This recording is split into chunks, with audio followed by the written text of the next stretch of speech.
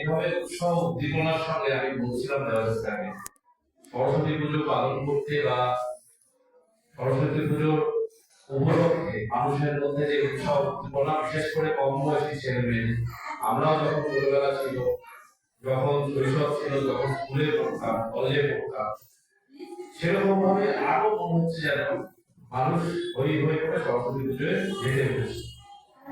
এবং বিশেষ করে একটা খবর বাকি জায়গায় একটা ধারণা প্রচলিত আছে যে দক্ষিণ চব্বিশ পরগনা জেলায় নাকি সরস্বতী পুজো এখন নাকি বিগত কয়েক বছর ধরে নাকি এই জেলায় বিভিন্ন ঘটনা কলকাতায় কানে যাচ্ছে। এই যে পুরো বিস্তীর্ণ যে রাস্তা আমি পার করে এলাম, সেইখানে কিন্তু দেখে মনে হলো বেশ বস্তির মতো জায়গায়, মঙ্গলাহাট পশ্চিমের মতো জায়গায় প্রচুর জায়গায় পুজো হচ্ছে, হই হই করে পুজো হচ্ছে,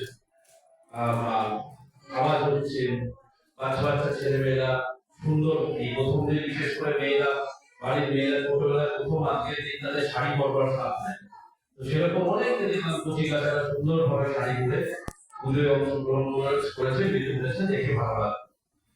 যে উদ্দেশ্যে বন্দে মাতরমের 150 বছরকে পালন হচ্ছে, আজকে সারা পশ্চিমবাংলার বিভিন্ন জেলায় এইভাবে আমরা ছোট ছোট কার্যক্রমে উপস্থিত হচ্ছি।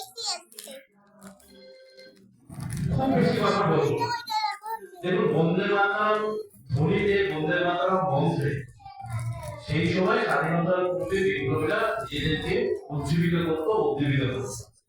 এটা আমরা সকলেই জানি।